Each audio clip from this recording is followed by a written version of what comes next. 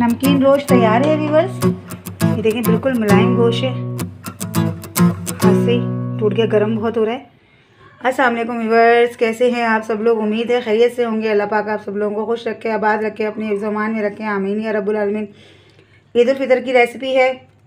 मेहमान आते हैं, हर दफ़ा डिफरेंट डिश चाहिए होती है कि कुछ नया ट्राई करें, तो मैं आज नमकीन प्याज रोस्ट की रेसिपी लेकर आई हूँ जो कि बहुत मज़ेदार बनती है। तो व्यूअर्स चलें फिर शुरू करते हैं। ये मैंने 1 किलो हड्डी वाला गोश्त लिया है।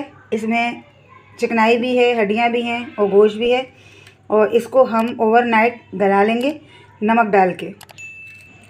ये मैंने गोश्त को धो के पानी में डाल दिया। ये धुला हुआ ही था, मैंने फ्रीज़र में रखा हुआ था, तो ये मैंने पानी में डाल दिया। अब मैं इसमें नमक डालूँगी, हस्बे ज़रूरत नमक।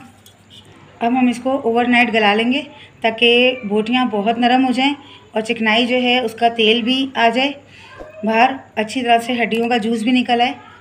व्यूअर्स ये प्याज है, ये नमकीन प्याज रोस्ट के लिए मैंने लिए।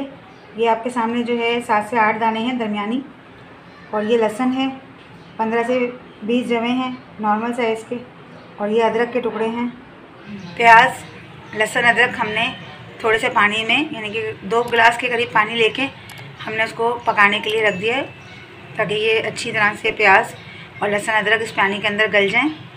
गोश्त को हमने ओवरनाइट गला लिया है, ये आपके सामने। ये पूरी रात पकता रहा है और अच्छी तरह गल गया, और जितनी यखनी हमें चाहिए थी उतनी यखनी हमें मिल गई है। प्याज और लहसुन अदरक को हमने पानी के साथ गला लिया। अब हम इसका पेस्ट बना लेंगे। जो गोश्त हमने ओवरनाइट गलाया था उसको हम एक बॉल में निकाल लेंगे। 2 टेबल स्पून घी या तेल डालेंगे।